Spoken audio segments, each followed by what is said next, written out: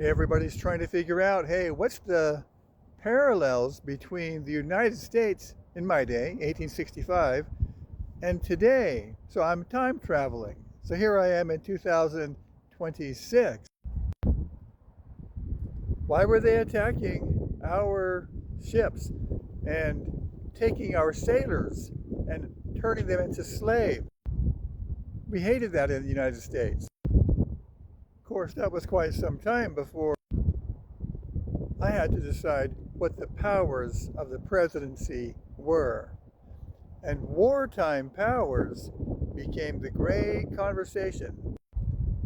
What can we do with these wartime powers? So the great question became, what are the wartime powers? I didn't think there was anything that really specified what exactly they were. Some people were saying, I know what it is, you can only do this, or no, you can only do that. I suppose part of the reality is that wartime powers could make any president who decided he wanted to become king, would put him in a position where he indeed might be able to make himself king. During George Washington's years, before he became president, his generals, a few of them, came to him and said, you need to become king. You are a spectacular general. Now it's time for you to take that which is yours, take your due, and become king. Washington was saying, where did you get the idea that I would want to do this, that I would want to make a king, that I would want to become king? But he surely could have become king. Anyone who holds the reins of the military, that is an option for them. That's why military dictatorships are so common.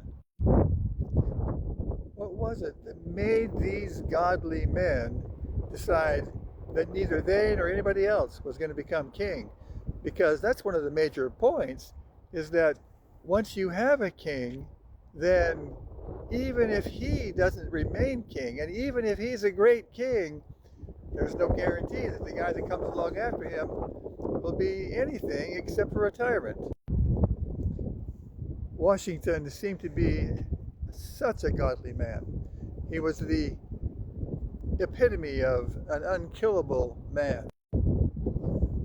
As a young aide to General Braddock, he was shot over and over and over and over, or maybe I should say shot at over and over. But he was only hit in his clothes. He had holes in his clothes, but not in his body.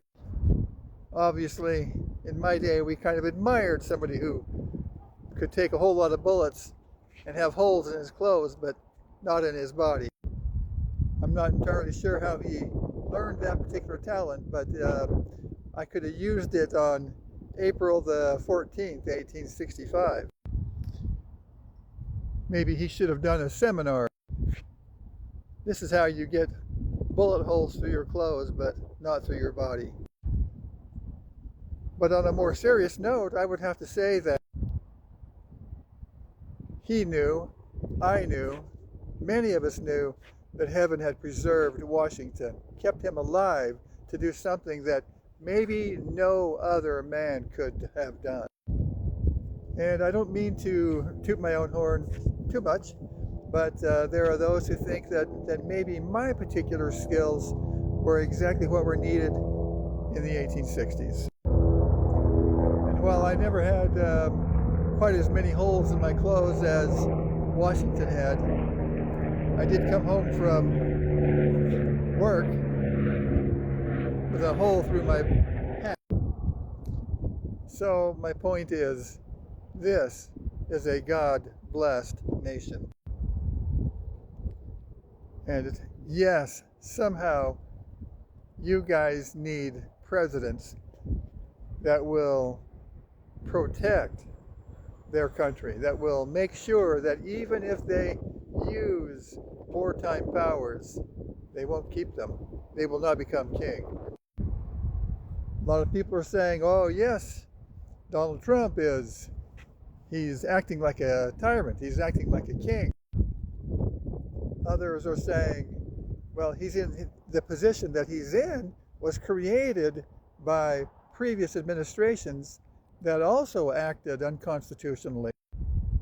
But they did it under the table. They did it quietly. They did it so that nobody knew what they were doing. Oftentimes we start thinking, well, we got this all figured out. America is just a little bit more special than everybody else. But that's probably not true. America is a promised land, and for some reason heaven has determined that America would become a land of freedom, and that it would be the well-wisher of freedom to other nations. In fact, to all other nations. George Washington had a great dream. The dream is recorded in the Library of Congress, or I guess I should say it's filed there.